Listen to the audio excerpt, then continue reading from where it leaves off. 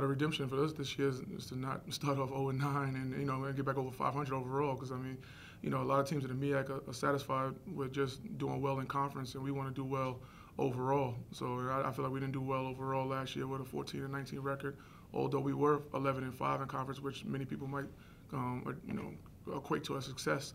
For us, that's not what our standard has been, and we want to raise our standard back to what has been in the past. A lot of those guys, they were thrown into the fire early, probably earlier than we thought they was going to be thrown into the fire with many different injuries and situations last year. But I think it's going to help them this year because they were able to get, really extensive experience last year.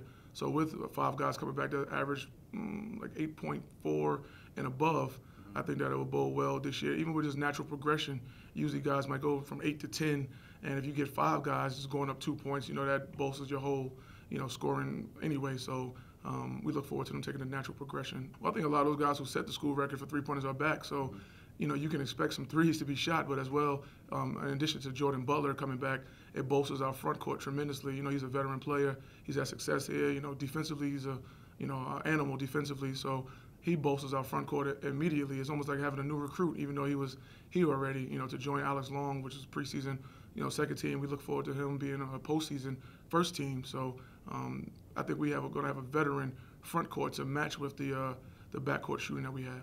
The next step for Whitley is, last year he was playing point guard for us, a position that he never played in his life, and he did a pretty good job as the season went on, but it was basically learning on the job. So for him, this year he's probably not going to have to play as many minutes as point guard because we do have other point guards now. Mustadi Pitts taking a step in his game, and of course Joe Bryant, is going to come in and play some minutes. So he won't have to be our primary point guard. So it's really kind of getting him to get reacclimated to his natural position. But at the same time, when he is on the floor, we will have almost 2 point guards on the floor. So hopefully our turnovers will be lower. Our decision making will be better. So we look forward to that aspect. But for him, it's just him taking the next step mentally. Physically he has all the tools. He's 6'3", 200 pounds of muscle. He has a 39-inch vertical. He does so many things physically, but mentally, sometimes he didn't have that next play mentality. He would mess up or have a bad turnover because he was learning on the job, and then he would run and foul someone or make the next play. So anxious and things like that. So it's just him, taking that next play mentality, which will help his game even more. He's our best all-around player. It's not even close. There's some guys that might be a little better, better shooters or better all-around, better scorers or better big men, but he's our best all-around player. And I think, honestly, in the MEAC, he's probably one of the best all-around players, and it's good to see him get some preseason accolades and some just due for his efforts.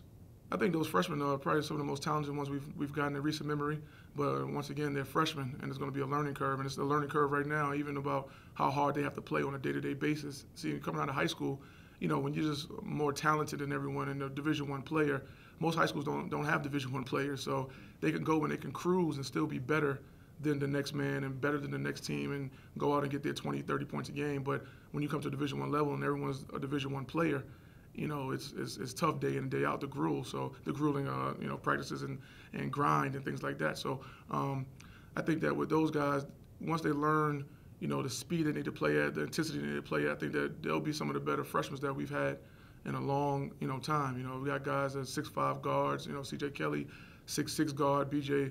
Fitzgerald. Both of those guys have tremendous size at the guard position, and they are true guards. It's not like we're trying to make them from forwards to be a guard.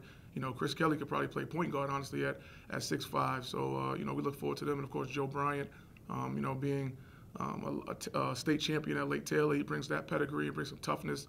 We're trying to take away the pressure of being a hometown hero because I know he does feel that pressure. Being a kid from Norfolk, we just tell him that, you got to just go and play. And then we have a 6'8", Chris Ford, which is shot blocking wizard. He's still finding his way on offense, but defensively he'll be ready to play immediately.